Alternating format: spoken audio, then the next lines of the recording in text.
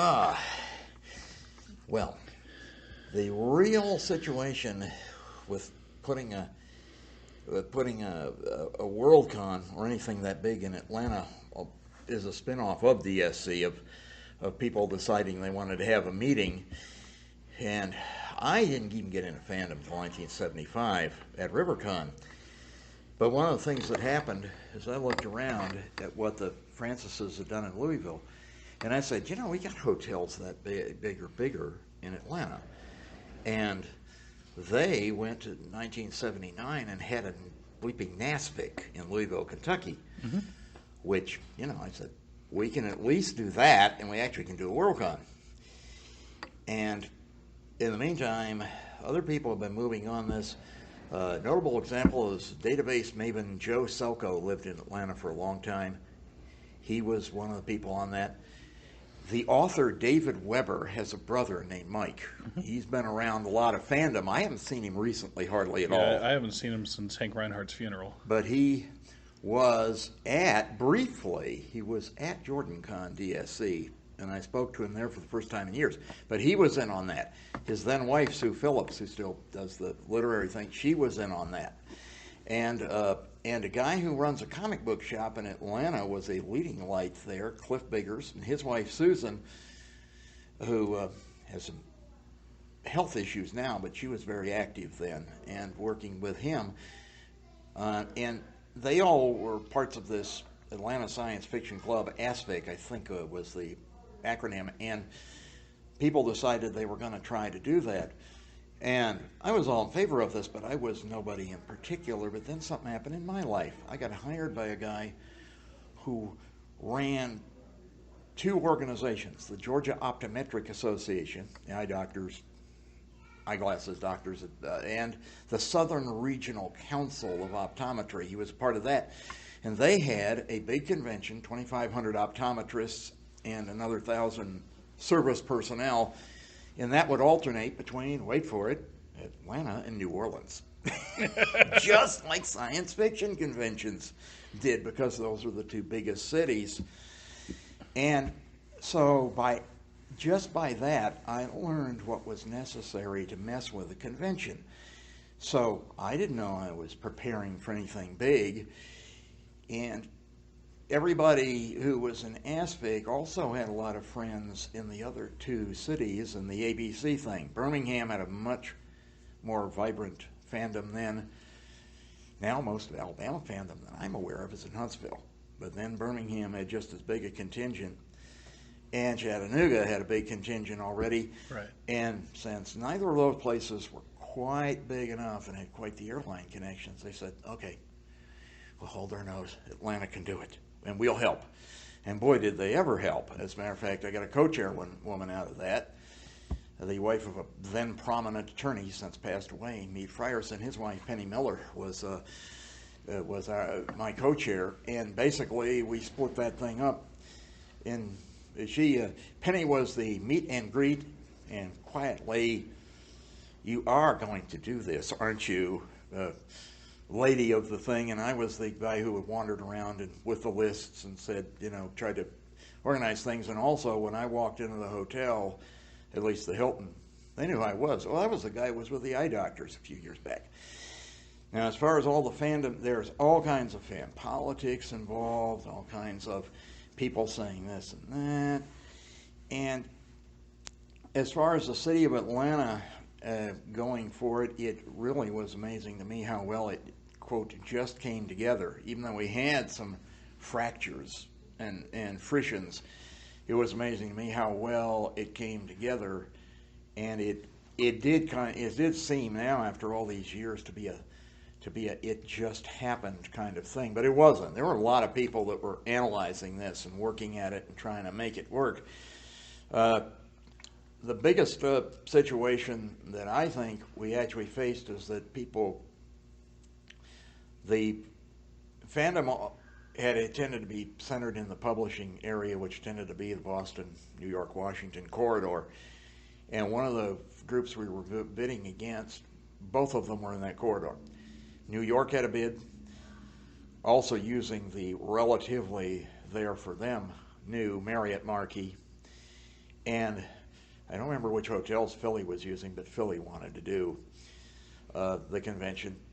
And so that was our opposition, and a real serious situation was that we had two strong fan groups in those cities, and also in those cities we had some people who were either pissed off at the cities, or they liked, or they liked one group of people in the cities, not the others, and so you got some kind of things where everybody had something against one of the other groups. And Atlanta had two virtues. First off, it was brand new. Second off, people were already starting to have to change planes in Atlanta. Mm-hmm. And they said, well, I could just fly there and I could stop. And we had a number of good contacts that were willing to talk us up among people. And that was so we seemed to get out ahead mostly because A, it hadn't been there. B, people had thought, had finally gotten over the idea of thinking of the entire South as though it were Dogpatch from Little Abner. And the final thing was all the airline traffic people said there's got to be something there. There's all the airlines. And then into this, although he never attended the convention, I'm not sure he ever realized it was there.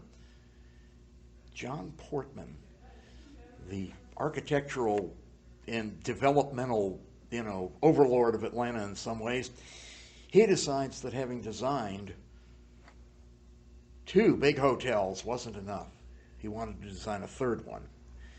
And it was also going to be run by the Marriott, and it was called the Marquis. And they were going to be opening in 1986.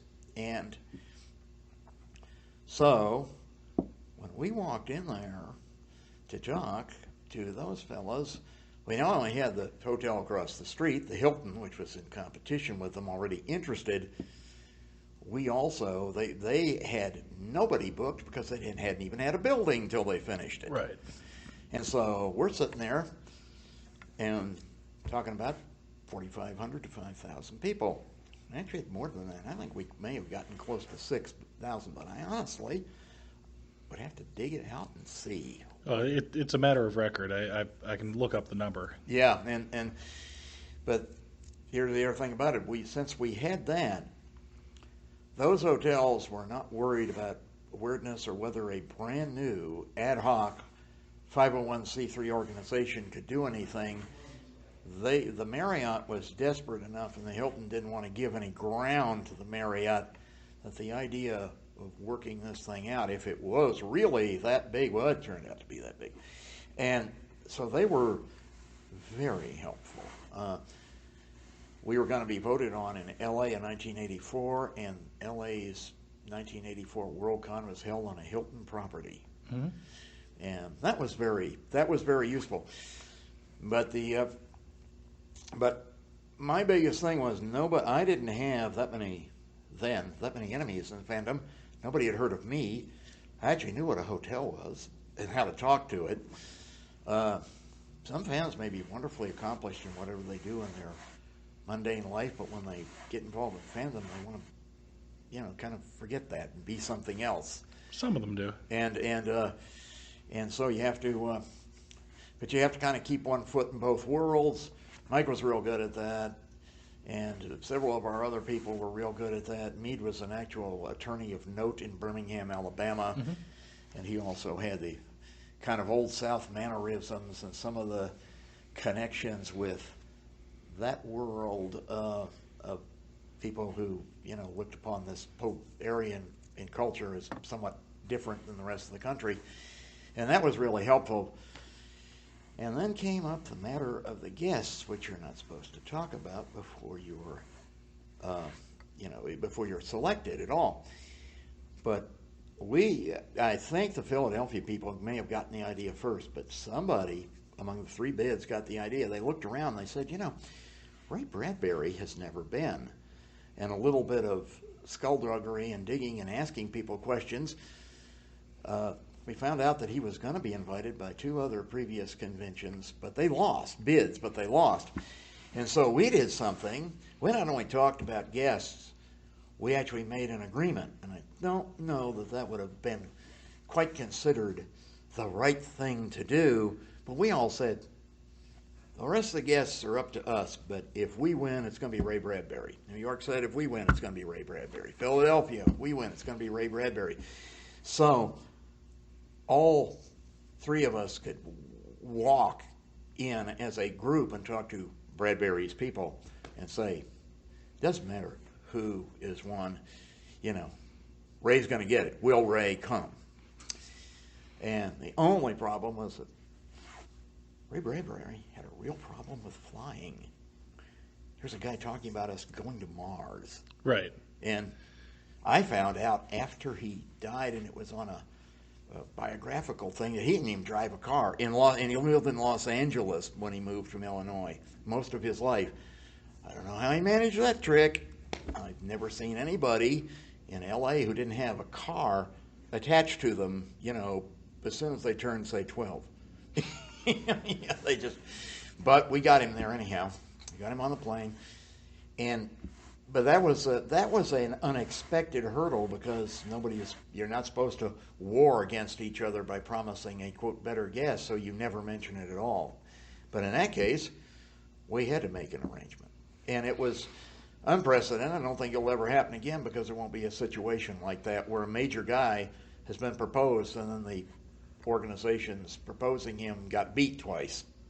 I think it was at least twice, maybe 3 times. It was at least twice. And so people said, no, we're going to have that. And there was a lot of cooperation there. I think the biggest thing as far as the regional and southern fandom, what happened was really amazing, is that all the city envy kind of got settled early on. Birmingham and Chattanooga threw in pretty much with us. Nashville under Ken Moore's, I don't know if you can call it leadership where Ken Moore was involved, but it was something. People certainly would do what he asked them to do. And when Dan Caldwell did our art show, he was from Nashville in those days, may still be for all I know. Last I knew, he was living in Nashville. Yeah, he doesn't get around much anymore. He's even older than I.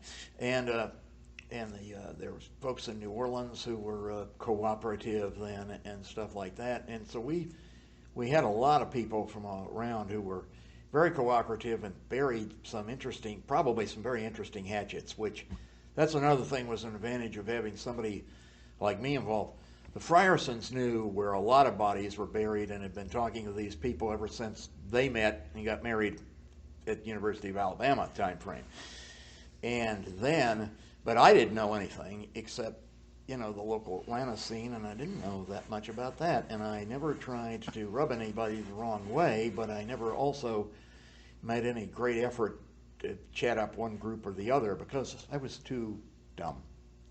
There's an advantage of being dumb about some things, and that was, I think, one of that. So that was a big.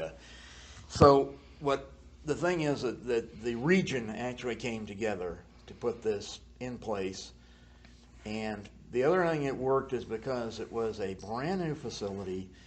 It had Mr. Portman's, organization behind it. They didn't know nothing about who was going to go in there, whether us or any other convention. But that meant that the Atlanta Convention and Visitors Bureau was very fond of us. DragonCon was a gaming convention founded the same year. It was much earlier in the year. It was around this time, actually. Okay, I thought their first event was 87. It might have been 87, but I got the impression they also had at least a little gaming stuff going on in 86. But I could be wrong. It could be a year later. Anyway, no one was on the scene, and nobody had ever done anything like this in the area. And so it all kind of it was a perfect storm. You could not duplicate that again. And the only thing I kept doing was just asking people about this or that or something else. And, people would sometimes make up their mind no, but more often they said yes, and most often they came through.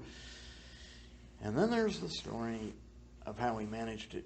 We budgeted very, very tightly, because we had been under the impression, and it turns out research proved this, that a lot of organizations seem to get the impression whether they were in Europe or America, that being a nonprofit organization almost mandated them to lose money. Now, they really didn't think that, but you got the idea that that's what they thought. And some previous conventions had lost money. Sometimes rather large amounts, I understood. I never, but we budgeted very, very tightly, and then our final out the door price was something absolutely horrendous. I'm going to use the even number, $100 for 1986, which was tremendous. And we said it wasn't an effort necessarily to keep things down. It was just saying, okay, guys, we have plotted out for this many of you. That's how many supplies we have. Joe Selko doing the con suite had this many things lined up. We're doing, certain things. So if you come, it's that much of an additional burden on us. And what happened was it didn't bleeping matter. They showed up anyway. They paid that $75 or $100, and we wound up with revenue over expenses of a tremendous amount. I'm going to say more than 50 grand. And that created the pleasant problem of, what went on afterwards. But that meant also that anything we wanted to do last minute, there was no question. I had no trouble authorizing last minute stuff once we actually had an inkling if that was happening. But it had to show up, and so we didn't authorize everything we wanted to show up. I've heard legends of sushi in the con suite. Joe may have done that. I didn't get up to the con suite that often. The chair seldom does. Yeah, the chair never does. Penny's husband was squiring around Ray Bradbury. And Penny was, going around and doing all the mom things except on this gigantic scale, working her own sons to death, etc. Mm-hmm. And I was staying there being the guy that the hotel guys would walk up to and say, is this going to happen now? And that's going to happen then. And I could either tell them whether it was or wasn't. And they were happy as long as somebody knew. And so, yes, amazing things were done in that regard. And it also enabled us to kick a couple of other things off. For instance, I believe there was some money spent to help one of those previously airing cons out that hadn't made enough money. I know that the 1983 in Baltimore had lost a good deal of money. Yes, and I think we did something to help there, but, even Mike wouldn't be able to remember because the records and stuff are so long ago. I think they probably actually got soaked in it or something, I'm not sure, but I know that. And another thing is I know the Atlanta Radio Theater, I'm still involved with that. They were just spinning off as a C3 organization to be more educational and thing. They had been fairly commercial, but actually been on commercial radio for a while. And they were transitioning, we were able to get them a grant. And so that was a lot of things, but all that really was tight budgeting.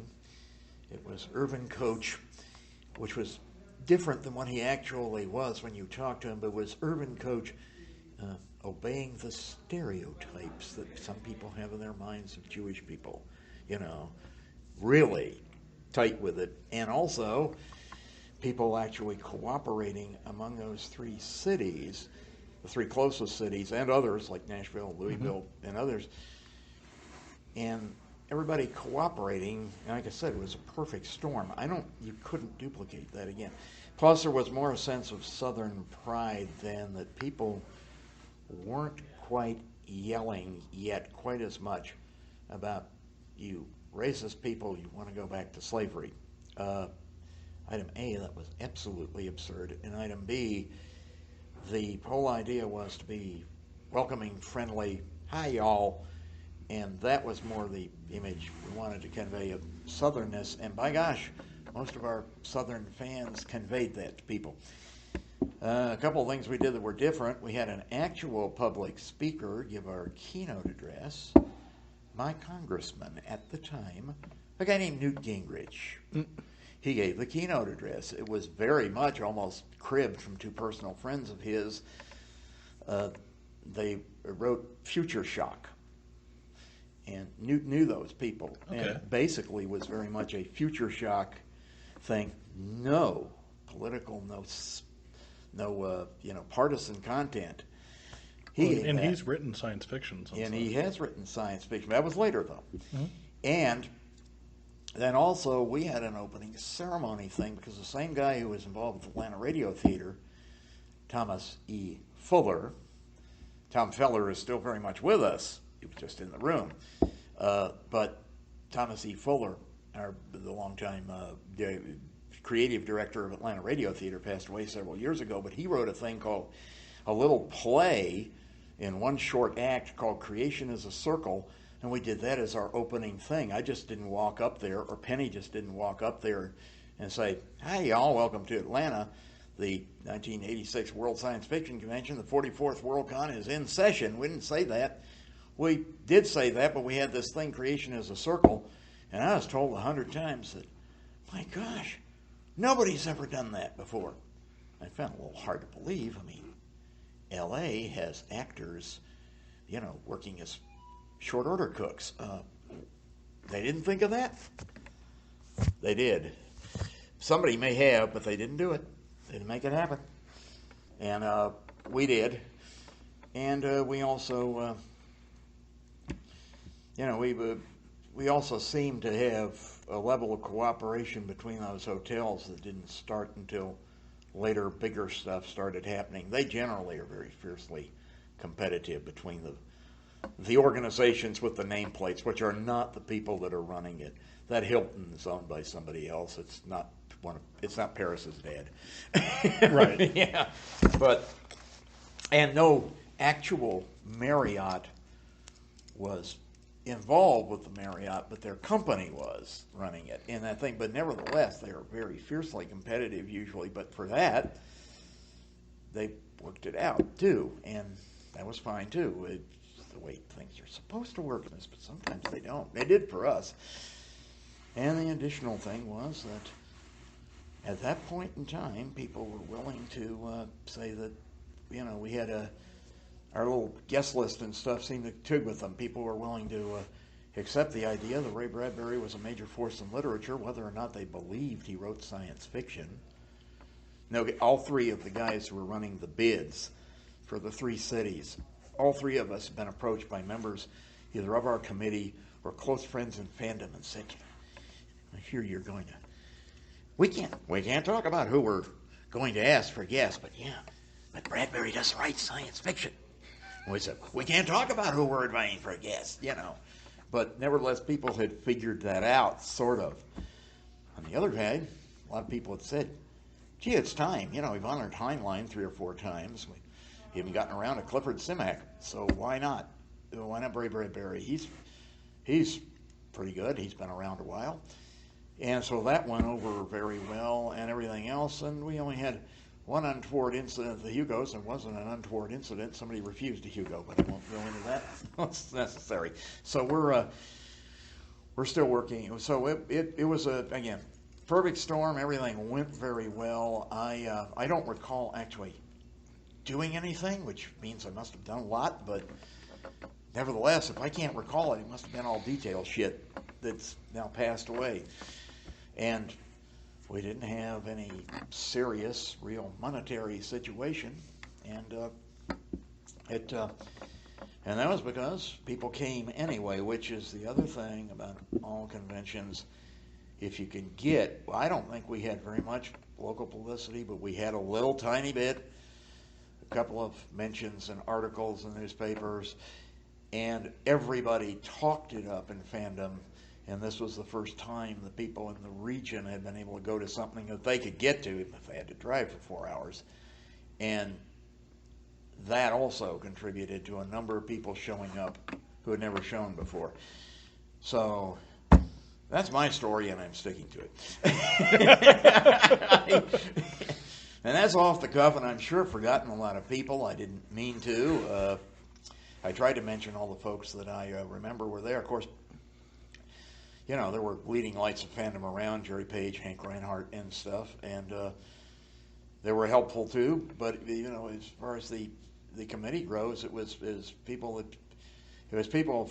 either from and out of ASFIC, like myself from Atlanta, the Birmingham Club, which was more or less Meade and Penny, and Charlotte Proctor. And Jerry Proctor was a a newspaper editor in those days. So was that the club that published Anvil? Yeah, that's the club that published Anvil. Charlotte probably actually had more to do with that club than the Friersons, but nevertheless they were involved in that. We had a number of people from the Huntsville area. Some of them genuine rocket scientists at the time. Mm-hmm. You know, these people, if still alive, are now retired from NASA and retired from the Army thing there, or serving as consultants. But they were very much, you know, active and having to work in those days, and we still had a space program in those days. What the hell happened to our space program? That's the end of my political statement. So, you know, they were all helpful. The Chattanooga fans were absolutely marvelous. Mike was living in Atlanta in those days, but he certainly never forgot the place where he came from. And we even, once we had won the thing, we even had people that helped out. Oh, and there's one person who was on our committee but never got to show up. He did a lion's share of work. Joe D. Sicleri, Joe Ed. Now, he's back in New York, I understand, but he was living in Boca Raton at the time. And here's two little personal notes, tragedies for both Joe and myself. My mother passed Memorial Day of 1986, or actually the Sunday before it, and Joe's father was diagnosed with, I believe, cancer and passed away in the fall, but he was still had to be taken care of, right. And Joe was the one, so Joe could not get to Worldcon. And I wish that Joe Sicleri had been able to be there, and there wouldn't have been any brickbats. He would have been able to do it. He would have, you know, we would have worked things out, and he would have gotten all the accolades that he deserved there, but he did a lot of work. We had a guy who's since moved out to the, I believe, Arizona area. Avery Davis did a lot of our, work on the operations part of things. And we had there just was a lot of things, like I said, it just came together in a way that's really difficult to describe. It was not a complete accident, but it seemed a lot more accidental than it was, and it worked so well, and I think, you know, but we did so well is partly to blame for something that a lot of written SF fans get a little disturbed about DragonCon, because if you had that going on, and it was also called science fiction, the hospitality industry, which thinks movies are also science fiction, not that they can't be, it's just that they don't seem to make it. Another editorial comment there. Nonetheless, I think that sort of smoothed away from them. Unfortunately, though, it was so wearing to do that I basically took every year beginning 199 off from fandom. So what was said to me by a famous author that my reward for running a good Worldcon would be to run out of the local club on a rail. That really didn't happen, but I did find myself going, can I live my life now? And I went off and sort of did that. And so I'm only now getting back in when I'm retired and useless. But it's but yeah, the amazing kind of things that went on, the weirdness, the people attempting to pull fast ones on a new group of people that they had never heard of before, that were a new corporation that they'd never seen before. You know, my God, there could be 1,000 stories, but fortunately I don't remember most of them. And basically what I remember is people being amazingly cooperative, even if they didn't like each other. And or at least if you read the old APAs, you would get the impression they certainly didn't like each other if you read either the actual words, or sometimes you had to go between the lines. But usually you didn't have to go very far between the lines. Either they just said, so-and-so is really stupid about that idea. And it sometimes got personal. But we had a lot less of that than I thought we would ever have. And things worked out. And we did a couple of things that were new and worked. And the whole idea of lining those hotels up in a line, and even using a couple of rooms in the Regency Hyatt House, so we had two of Portman's three massive buildings working for us. Even that worked. So I have to say it was a great success, and I can remember it fondly now. Certainly, if somebody was talking to me about this in 1991, I would have darker memories. So I hope that gives you some notion. Oh yeah, that's a great half hour. Just as a formality, you want to make sure that you're comfortable with this being used for fanzines and other similar historical projects. Yes, because they don't know where to find me. All right. Yeah, no, I have no problem with that. Like I said, the only thing I hope I could not mention everybody's name, and off the top of my head, I do remember people who helped. May not have been the very first one, but I think we were one of the first ones to have somebody that actually looked after whether folks who had some problems moving around and other things could do that. And there's a lady named Samantha Judy, and I'd have to look that up to remember how to spell that, but she herself was a victim of polio, and she was interested in being able to move her wheelchair around in places, and so we actually had a serious effort to try to work out. And the Americans for Disabilities Act, I think, was brand new at the time. So it didn't come through until the 90s. It didn't come through in the 90s? Okay, so there was literally no acknowledgement of that.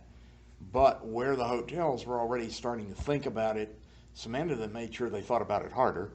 And we also probably were as accessible as it was possible to be in that time, and that was largely her and her husband Don Cook's effort on that part. And so they made it a little bit easier for those people. I won't say easy, because sometimes nothing is easy, even for those of us who still have all our feet working.